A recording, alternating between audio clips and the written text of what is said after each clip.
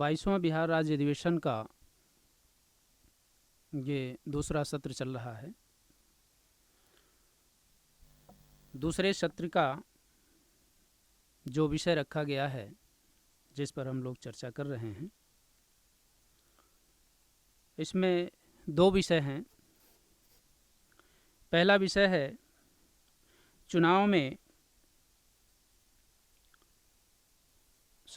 तथाकथित आज़ादी के लगभग 74 साल बाद भी मुसलमानों के अंदर वास्तविक नेतृत्व नहीं रहने के कारण इनकी हालत अनुसूचित जाति एवं जनजाति से भी बदतर हो गई है।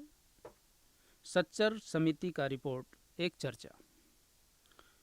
दूसरा सब्जेक्ट है मूल निवासी Bahujan Samaj, SC, ST, OBC and minority के सभी प्रकार की समस्याओं का समाधान राष्ट्रव्यापी संगठन से ही संभव है, एक मंथन।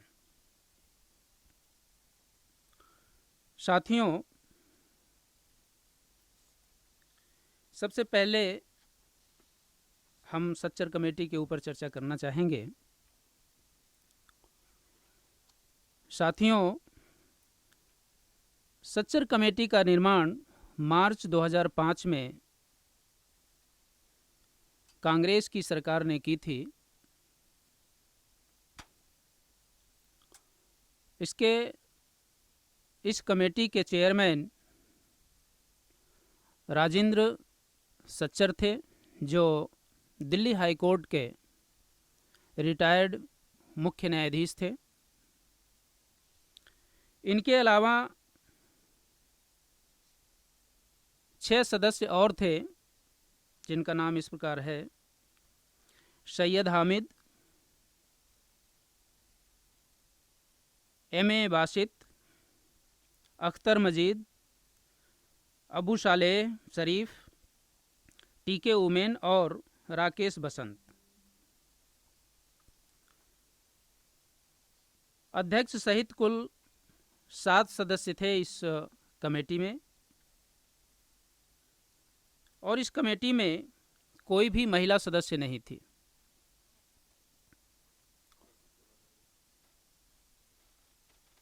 इस कमेटी की सेवा के लिए, चाय पानी कराने के लिए, भारत सरकार ने जग्गू नाम के एक चपरासी का अपॉइंटमेंट किया था, जो शेड्यूल कास्ट से थे। साथियों,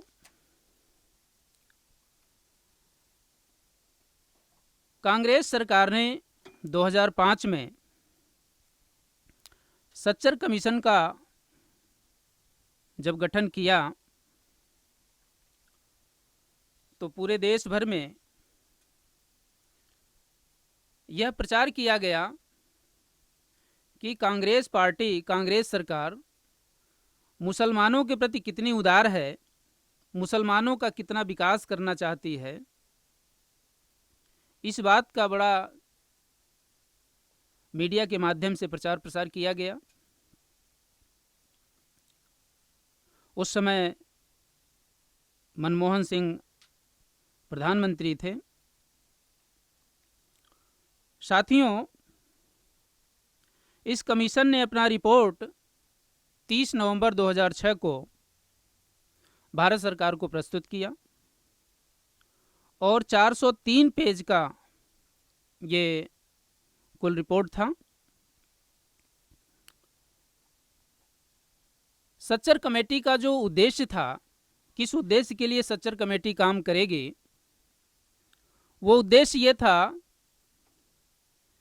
कि मुसलमानों का इस देश में शैक्षणिक, सामाजिक और आर्थिक स्थिति क्या है आज़ाद भारत में, उसका आकलन करना। मुसलमानों के सामाजिक, शैक्षणिक और आर्थिक स्थिति का आकलन करने के लिए सच्चर कमेटी का गठन किया गया था। साथियों, आमतौर पर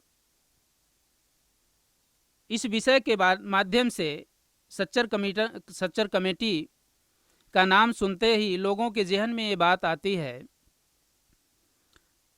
कि कांग्रेस सरकार मुसलमानों का बहुत विकास करना चाहती है। लेकिन जब हम इसके पार्श्वभूमि को समझने का प्रयास करेंगे,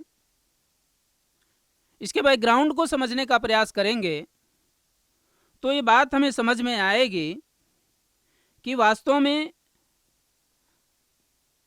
कांग्रेस 1947 से लेकर 2004 के बीच में लगभग 49 वर्षों तक भारत पे शासन किया।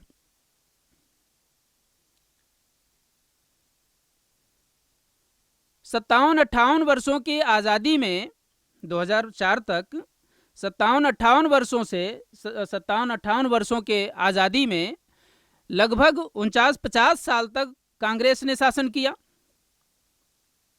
अगर कांग्रेस मुसलमानों का विकास करना चाहती तो ये 49-50 साल में कांग्रेस मुसलमानों के लिए बहुत कुछ कर सकती थी। लेकिन 2005 में सच्चर कमीशन का गठन किया और ये पूरे भारत में प्रचार किया गया कि कांग्रेस मुसलमानों की बहुत बड़ी हिमायती है। इसकी जो पार्श्वभूमि है साथियों, आप लोगों को जानकर हैरानी होगी कि सन 1999 में बीजेपी की केंद्र में सरकार बनी और अटल बिहारी वाजपेयी देश के प्रधानमंत्री बने। अटल बिहारी वाजपेयी की बीजेपी सरकार ने 3 बड़े महत्वपूर्ण कानून बनाए जो संविधान और बहुजन समाज के विरोध में, खास तौर से जो ओबीसी, एससी, एसटी के लोग हैं उनके विरोध में ये कानून था। वो कानून कौन से थे? ये कानून थे कि 10% प्रतिवर्ष सरकारी खर्चों में कटौती की जाएगी। दूसरा था कि 2004 के बाद जो भी सरकारी भर्तियां होंगी, चाहे वो राज्य सरकारों की भर्ती हो, चाहे केंद्र सरकार की भर्ती हो, पेंशन योजना बंद कर दी जाएगी। 2004 के बाद से जो भी भर्तियां होंगी वो पेंशन योजना बंद हो जाएगी, पेंशन नहीं दी जाएगी। और एक और बहुत बड़ा कानून था जो आज किसान हमारे देश भर में आंदोलन कर रहे हैं, उनकी ज़मीनों को हड़पने का जो कानून था वो न्यू इकोनॉमिक जोन के नाम से ये कानून बीजेपी की अटल बिहारी वाजपेयी सरकार ने पास किया था। बामसेफ के माध्यम से न्यू इकोनॉमिक जोन का पूरे देश भर में विषय लगाकर लोगों को जागरूक किया गया और इसके विरोध में जो हमारे ट्राइबल एरियाज हैं, आदिवासी एरिया हैं, आदिवासी क्षेत्र हैं, उन राज्यों में, उन क्षेत्रों में बहुत बड़े पैमाने पर विरोध प्रदर्शन भी हुए। मगर भाजपा की अटल बिहारी वाजपेयी सरकार और आरएसएस, ये सारे लोग मिलकर ये जो कानून बहुजन समाज के विरोध में बनाए गए, संविधान के विरोध में बनाए गए, इसकी जानकारी बहुजन समाज को ना होने पाए, इसके दुष्प्रभाव के बारे में बहुजन समाज के लोगों को जानकारी ना होने पाए, इसके लिए उन्होंने कांग्रेस के ऊपर एक आरोप लगाना शुरू किया कि कांग्रेस पार्टी मुसलमानों का तुष्टीकरण करती है। बहुत लाजवाब बात है। ये कैसे लोगों की चेतना को अनचेतना में डाइवर्ट कर देते हैं, इस बात से आप सब अंदाजा लगा सकते हैं। बहुजन समाज के लोगों को, एससी, एसटी, ओबीसी और माइनॉरिटी के लोगों को उनके विरोध में जो कानून बनाए गए उसके बारे में जानकारी न होकर मीडिया के माध्यम से ये जानकारी दी गई कि कांग्रेस पार्टी मुसलमानों का तुष्टीकरण करती है। अब यहाँ बड़ी शानदार बात है कि तुष्टीकरण क्या है। ये समाज के लोगों को अभी तक ये मालूम नहीं है कि तुष्टीकरण होता क्या है। तुष्टीकरण का मतलब ये होता है कि जैसे मान लिया जाए, उदाहरण के लिए 30 नवंबर 2006 को सच्चर कमेटी ने जो अपना रिपोर्ट प्रस्तुत किया, उस रिपोर्ट में ये बताया कि मुसलमानों की आबादी देश में लगभग 14% है। 14% मुसलमानों की आबादी है तो संविधान ये कहता है, संविधान की मूल भावना ये है कि जिसकी जितनी आबादी है उस आबादी के अनुपात में उसका शासन में, प्रशासन में, देश के जितने भी लोकतांत्रिक इंस्टीट्यूशन हैं, संस्थान हैं, उनमें उनकी संख्या के अनुपात में भागीदारी होनी चाहिए। संविधान की ऐसी मूल भावना है। तो अब उदाहरण के लिए मान लिया जाए कि मुसलमानों की आबादी उस समय 2006 में 14% थी।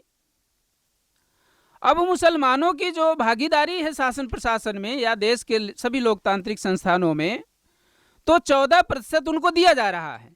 ये उनकी जेन्युइन हिस्सेदारी हो गई। लेकिन 7.25% 0.25 या 0.1% उनको उनकी भागीदारी, जो जेन्युइन भागीदारी है, लीगल भागीदारी है, उससे अधिक दी जा रही है। यानी 14 उनको मिल रहा है, लेकिन 14 उनकी जो वाजिब हिस्सेदारी हुई, 14% उनकी वाजिब हिस्सेदारी से 0.1% अधिक दिया जा रहा है। तो ये हो गया 14.1%। तो अब उनकी आबादी अगर 14% है और 14% दी जा रही है तो ये उनकी वाजिब भागीदारी हो गई। लेकिन 14.1% जो अधिक दिया जा रहा है उसको कहते हैं, जो वाजिब भागीदारी है उससे अधिक देना, इसको कहते हैं तुष्टीकरण, खुश करने का मामला। तो देश भर में यह प्रचार किया गया आरएसएस, बीजेपी के माध्यम से, और हमारे सुनने वालों को हैरानी होगी कि इन सब चीजों में कांग्रेस भी भागीदार थी। इसको हम आगे चर्चा में लाएंगे कि कैसे भागीदार थी। जब आरएसएस बीजेपी के लोगों ने कांग्रेस के ऊपर आरोप लगाया कि मुसलमानों का तुष्टीकरण कर रही है कांग्रेस, तो कांग्रेस के लोगों को ये लगा कि इससे जो हमारा सवर्ण वोट है, इससे जो हमारा बैकवर्ड वोट है, शेड्यूल कास्ट के जो वोटर हैं, वो हमसे छिटक जाएंगे, हमसे दूर चले जाएंगे। तो उन्होंने सोचा कि अगर हम खुले मंच से ये बात कहते हैं कि हमने ओबीसी का, शेड्यूल कास्ट का नुकसान तो किया ही किया, लेकिन मुसलमानों का भी हमने बहुत ज़्यादा नुकसान किया, अगर ये खुले मंच से कहते तो देश का मुसलमान कांग्रेस से कट जाता, और कांग्रेस से जब कट जाता तो 2014 के चुनाव में, 2014 के लोकसभा के चुनाव में कांग्रेस पार्टी को, जो ऑल इंडिया के अभी वर्तमान में सेकंड सबसे बड़ी पार्टी है, उसको 18% वोट मिले। तो 18% वोट मिले तो उस 18% वोटों में से 14% अकेले मुसलमानों का वोट था। ऐसा क्यों हुआ? मुसलमानों को यह लगा कि कांग्रेस पार्टी ही बीजेपी को रोक सकती है और कांग्रेस पार्टी ही हमारी हिमायत कर सकती है, कांग्रेस पार्टी से ही हमारा हिमायत हो सकता है, कांग्रेस पार्टी से ही हमारा फायदा हो सकता है। अगर मुसलमानों को यह सच्चाई पता चल जाती कि कांग्रेस पार्टी ने तो हमारा पतन कर दिया, हमारा सत्यानाश कर दिया आजाद भारत में, तो मुसलमान कांग्रेस पार्टी से कट जाते और 2014 के चुनाव में जो 18% वोट मिले कांग्रेस को, तो उसमें से 14% मुसलमानों का वोट अगर माइनस कर दिया जाए तो कांग्रेस पार्टी को सिर्फ 4% वोट मिलते। अगर कांग्रेस पार्टी को 4% वोट मिलते तो आज जो या उस समय जो फर्स्ट अपोजिशन विरोधी पार्टी रही है, वो विरोधी पार्टी का दर्जा उसका अपने आप समाप्त हो जाता और जो राष्ट्रीय पार्टी की दर्जा है उसको संभवतः वो भी खतरे में चला जाता। तो साथियों, कांग्रेस ने इसके पीछे प्लानिंग किया कि मुसलमानों को कांग्रेस के पाले में कैसे रखा जाए। इसकी योजना बैठकर बनाई गई और योजना बनाकर सच्चर कमीशन का गठन किया गया। साथियों,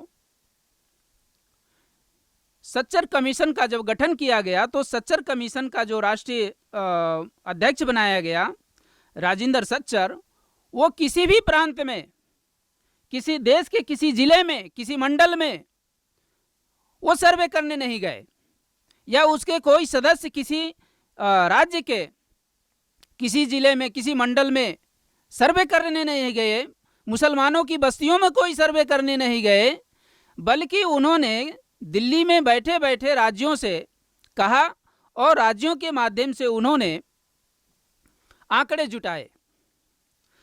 जुटाए तो ये पता चला कि मुसलमानों की जो दुर्दशा है वो अनुसूचित जाति और अनुसूचित जनजाति से भी बदतर हो गई है। जब ये रिपोर्ट आई तो कांग्रेस पार्टी ने इस रिपोर्ट का कोई प्रचार नहीं किया,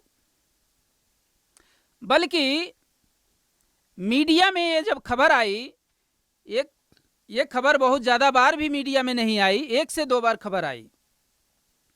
मीडिया में ये खबर आई सच्चर कमीशन की जो रिपोर्ट है कि मुसलमानों की जो हालत है, और कौन सी हालत, मुसलमानों की सामाजिक हालत, शैक्षणिक स्थिति, आर्थिक स्थिति, ये अनुसूचित जाति अनुसूचित जनजाति से भी बदतर हो गई है। जैसे ही ये बात मीडिया में आई, भाजपा और आरएसएस के लोगों ने ये समझ लिया कि हम जो कांग्रेस पर मुसलमानों के तुष्टीकरण का आरोप लगा रहे थे वो आरोप गलत है। अगर ये आरोप मुसलमानों के बीच में और ज़्यादा प्रचारित होगा कि कांग्रेस पार्टी ने मुसलमानों की इतनी बदतर हालत कर दी है, तो आज शायद देश में कांग्रेस की जो राष्ट्रीय पार्टी का दर्जा है वो लगभग समाप्त हो जाता। साथियों, यह रिपोर्ट जैसे ही पब्लिश हुई, वैसे ही भाजपा और आरएसएस के लोग कांग्रेस पर जो आरोप लगाते थे मुसलमानों के तुष्टीकरण का, वो आरोप खत्म कर दिया गया, वो आरोप लगाना बंद हो गया। साथियों,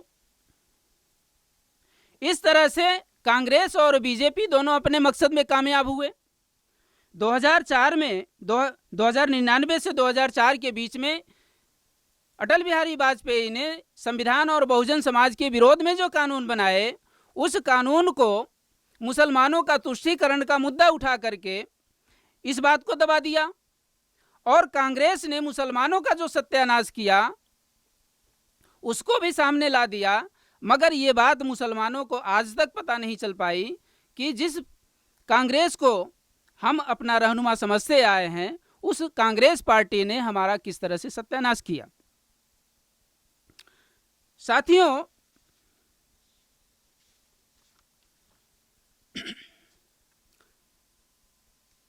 सच्चर कमीशन ने एक अपने रिपोर्ट में कहा, जिसको बाद में आरएसएस और बीजेपी के लोगों ने मुद्दा बनाया। वो रिपोर्ट ये दिया कि मुसलमानों का जो जन्म दर है, मुसलमानों में जो जन्म दर है वो हिंदुओं से अधिक है, बहुत ज़्यादा है। और कितना है? 17 से 21% है। जब ये आरोप, ये जैसे ही रिपोर्ट आई वैसे ही कांग्रेस, बीजेपी और आरएसएस के लोगों को नया मुद्दा मिल गया। इस बात को, और बड़े मजे की बात यह है कि सच्चर कमीशन जो बनाई गई वो दिल्ली हाई कोर्ट के रिटायर्ड चीफ जस्टिस रहे। उनको इस बात की जानकारी है, अच्छी जानकारी है कि इस देश में जो सिख हैं वो हिंदू नहीं है, बुद्धिस्ट हैं वो हिंदू नहीं है, जैन हैं वो हिंदू नहीं है, लिंगायत हैं वो हिंदू नहीं है। मगर इसके बावजूद भी उन्होंने कहा कि हिंदुओं के मुकाबले मुसलमानों का जो जन्म दर है वो बहुत ज़्यादा है। जैसे ही ये रिपोर्ट आई वैसे ही आरएसएस और बीजेपी के लोगों को नया मुद्दा मिल गया कि इसी तरह से अगर मुसलमानों का जन्म दर, उनकी जनसंख्या बढ़ती रही तो आने वाले कुछ वर्षों में इस देश और मुसलमानों का कब्जा हो जाएगा और हिंदू फिर से गुलाम बना लिए जाएंगे। इसका मतलब है कि बीजेपी ने कांग्रेस को मुद्दा दिया चर्चा के लिए और कांग्रेस ने बीजेपी को मुद्दा दिया। इसमें क्या हुआ, जैसे ये रिपोर्ट आई, आरएसएस और बीजेपी के लोगों ने जैसे इस मुद्दे को शुरू किया, चर्चा में लाया कि मुसलमानों का जो बर्थ रेट है बहुत ज़्यादा है, इससे आने वाले कुछ ही समय में मुसलमानों का इस देश के हिंदुओं पर कब्जा हो जाएगा, हिंदुओं की आबादी कम हो जाएगी, मुसलमानों की ज़्यादा हो जाएगी।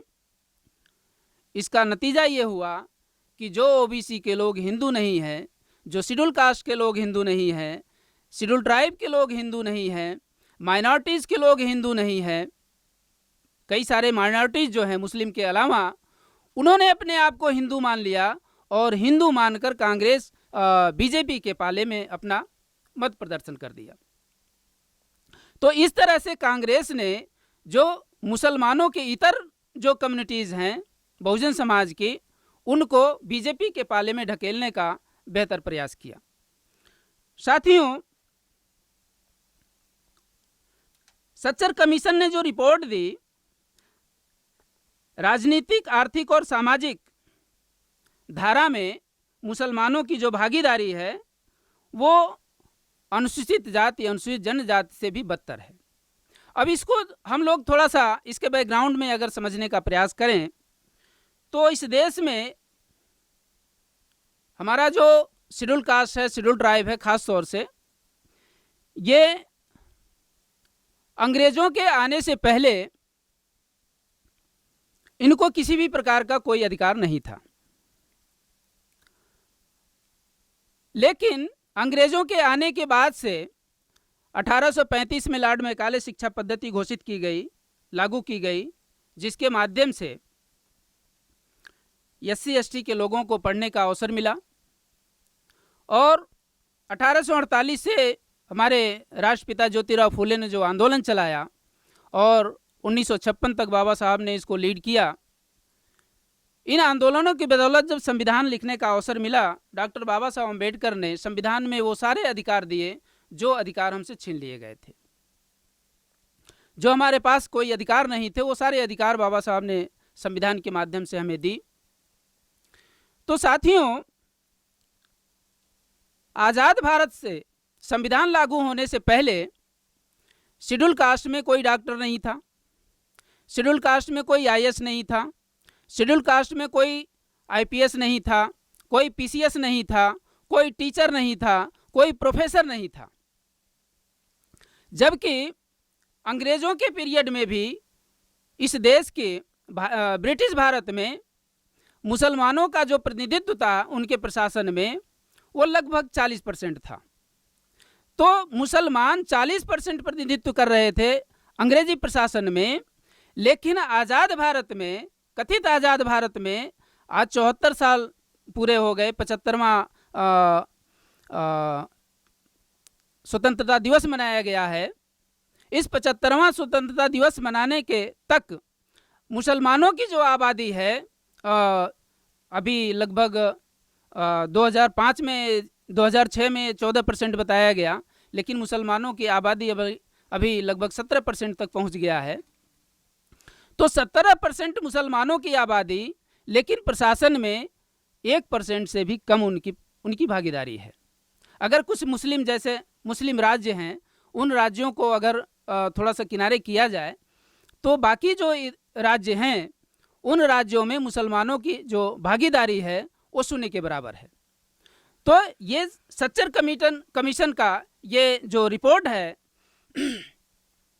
कि कथित आज़ादी के 74 वर्षों में मुसलमानों की जो सामाजिक हालत है, जो आर्थिक हालत है, राजनीतिक हालत है, शैक्षणिक हालत है, ये 74 वर्षों में कितना नीचे गिरा दिया गया। ये अनुसूचित जात अनुसूचित जनजाति की जो स्थिति आज़ाद भारत से पहले रही है उससे भी बदतर कर दी गई। लेकिन आज भी स्थिति यह है कि मुसलमान हमारे जो इस देश के मूल निवासी हैं, SC ST OBC से कन्वर्टेड हैं, इस देश के मूल निवासी हैं, उनका DNA SC ST OBC से मिलता है, लेकिन ये बात उनके जो बीच काम करने वाले उनके रहबर हैं, उनकी लीडरशिप करने वाले लोग हैं, न तो मैं ऐसा नहीं कह सकता कि ये बात उनको जानकारी नहीं है, मगर जानकारी भी है लेकिन ये बात अपने समाज को बताते नहीं हैं। लिहाजा ये हमारे देश के मुसलमानों को इस बात की जानकारी नहीं हो पाई कि वास्तव में आज़ाद भारत में उनके पतन का कारण क्या है। तो साथियों,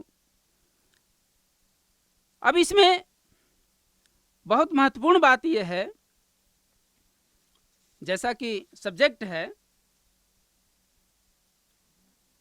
कि उनके बीच कोई नेतृत्व नहीं, उनके बीच में कोई नेतृत्व नहीं होने की वजह से, सामाजिक नेतृत्व नहीं होने की वजह से, राजनीतिक नेतृत्व नहीं होने की वजह से ये जो बात उनके पतन का कारण है ये वास्तव में उनको जानकारी नहीं दी गई। और जानकारी नहीं दिए जाने की वजह से एक बात हैरान करने वाली होगी हमारे मुस्लिम भाइयों के लिए, इस देश में ब्राह्मणों की आबादी केवल 3.5% है। 3.5% ब्राह्मणों की आबादी, मुसलमानों की आबादी 17% है। ब्राह्मणों की आबादी से लगभग 6 गुना अधिक मुसलमानों की आबादी है, 6 गुना अधिक आबादी मुसलमानों की। लेकिन हैरान करने वाली बात है कि 3.5% ब्राह्मण मुसलमानों को, 17% मुसलमानों को अल्पसंख्यक कहते हैं। और भी मजे की बात यह है कि ब्राह्मण जब मुसलमान भाइयों को अल्पसंख्यक कहते हैं तो इससे ब्राह्मणों को फायदा होता है, लेकिन मुसलमान भी अपने आप को अल्पसंख्यक मानते हैं। ये बात समझ में नहीं आती है कि उनको कौन सा फायदा होता है। निश्चित तौर पर अगर हमारे मुसलमान भाई अपने आप को अल्पसंख्यक मानते हैं तो निश्चित तौर पर ये फायदा उनका नहीं है, बल्कि ये सीधे सीधे ब्राह्मणों को रूलिंग क्लास में तब्दील करने वाला ये मामला है। साथियों, दूसरी एक बात है कि हमारे जो मुस्लिम भाई हैं, जो उनके बीच मौलाना हैं, जब वो मंच से तकरीर करते हैं तो मुस्लिम के अलावा सारे लोगों को हिंदू कहते हैं।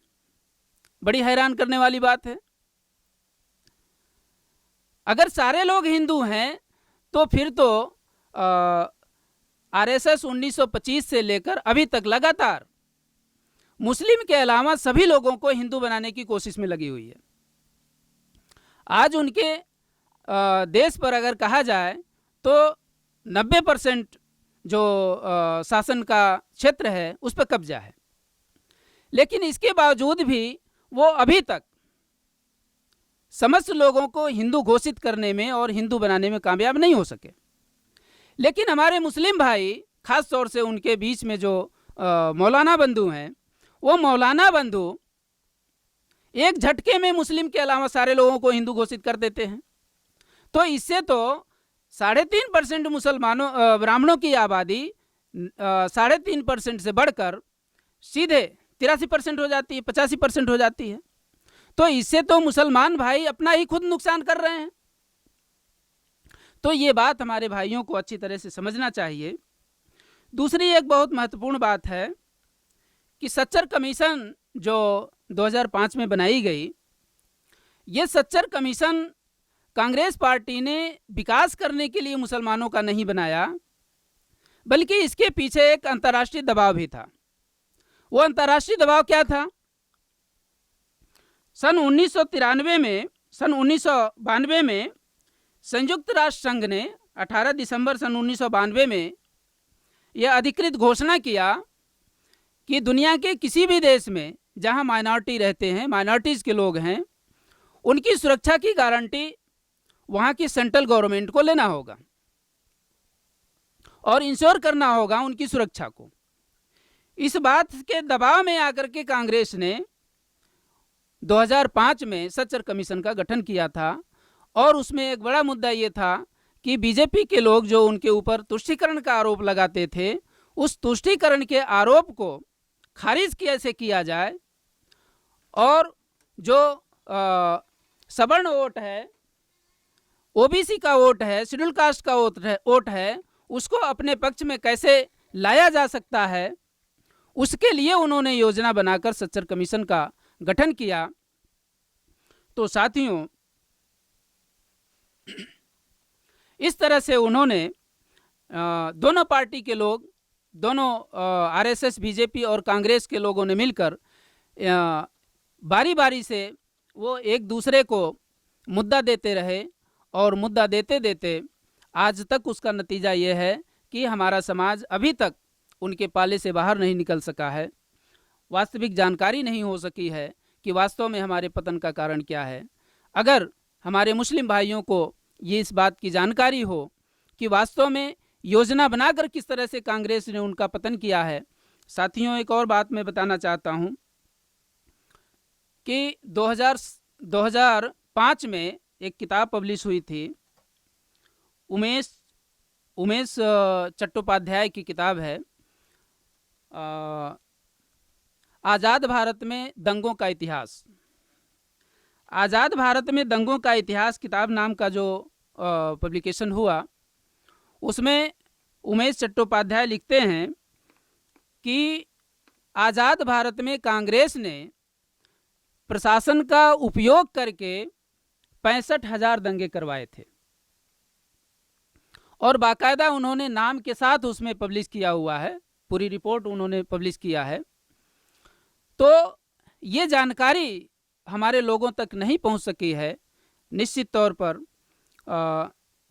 ये मीडिया का कमाल हो सकता है और हमारे समाज में जो ख़ास तौर से मुस्लिम भाइयों के बीच में जो लोग काम करने वाले लोग हैं, जो हमारे मौलाना भाई हैं या और भी जो उनके अंदर रहनुमाई करने वाले लोग हैं, उन्होंने इस बात की उनको जानकारी नहीं दी।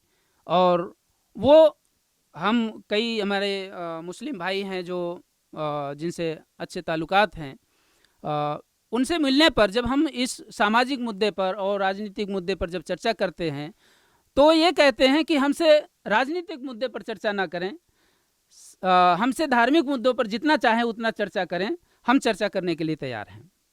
लेकिन साथियों, मैं बताना चाहता हूं कि आप धर्म को मानते हैं, अच्छी बात है, धर्म को मानना चाहिए, इससे हमारे आचरण में निखार आता है, मानवीयता हमारे अंदर पैदा होती है, इसके लिए ज़रूरी है धर्म को मानना।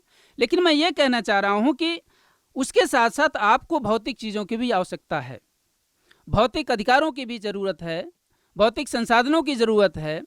भौतिक संसाधनों को अगर आपको पाना है, आपके मानवीय अधिकार को पाना है, तो आपके मानवीय अधिकारों को प्राप्त करने के लिए आपको राजनीति में आना आवश्यक है। क्योंकि जो वोट का अधिकार मिला है, आप सबको मालूम होना चाहिए कि वोट का अधिकार हमारे देश में नहीं था, किसी को नहीं था। वोट का अधिकार बड़े मशक्कत के बाद राउंड टेबल कॉन्फ्रेंस में डॉक्टर बाबा साहब अम्बेडकर ने हासिल किया।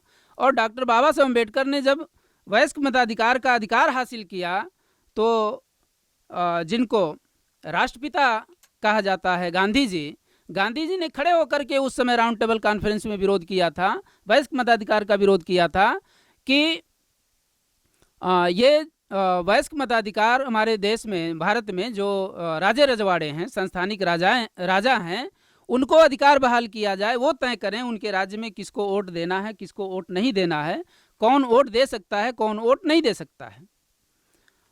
और उन्होंने ये भी कहा कि दूसरी एक और बात है कि वोट वो लोग दें जो लोग सरकार को इनकम टैक्स देते हों, जो टैक्स पेई हों, वो लोग वोट दें, और जो लोग कम से कम 10वीं पास हों वो लोग वोट दें।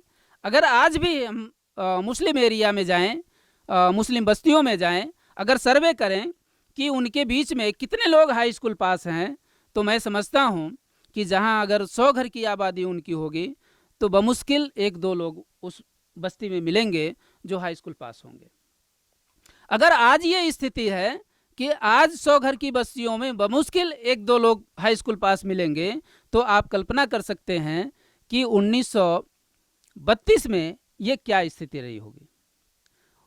और 1937 में जो प्रोविंशियल गवर्नमेंट का चुनाव हुआ उसमें वयस्क मताधिकार को लागू कर दिया गया। तो आप कल्पना कर सकते हैं कि आपको वोट देने का अधिकार कहाँ से होता अगर हाई स्कूल और इनकम टैक्स की बात मान ली गई होती तो। लेकिन डॉक्टर बाबा साहब अम्बेडकर ने खड़े होकर के कहा, चूंकि जज अंग्रेज थे, उन्होंने खड़े होकर के कहा कि अगर संस्थानिक राजाओं को ये अधिकार बहाल कर दिए जाएं और संस्थानिक राजा ये तय करेंगे कि कौन वोट दे सकता है कौन वोट नहीं दे सकता है, तो आज हम दावे के साथ कह सकते हैं कि हमारे समाज को आज भी वोट देने का अधिकार नहीं होता। और साथियों, वर्तमान में तो ईवीएम के माध्यम से उसको ख़त्म कर दिया गया। खैर, मैं इतना ही कहना चाहूँगा साथियों कि इस चीज़ को हम लोगों को अच्छे तरीके से समझना होगा। और वर्तमान में बामसेफ के द्वारा जो हमारा लीडरशिप है, जो देश भर में उचित विषयों पर सही जानकारी प्रस्तुत करता है और हर समाज में, हर कम्युनिटी में लीडरशिप डेवलप करना चाहता है, तो हमें उसको आर्थिक और हर तरह से मदद देना चाहिए और जुड़ना चाहिए और जुड़ करके उस आंदोलन को उसके अंजाम तक ले जाना चाहिए। इसी में हम सब की भलाई है, पूरे बहुजन समाज की भलाई है, SC ST OBC माइनॉरिटीज़ की भलाई है। और आप लोग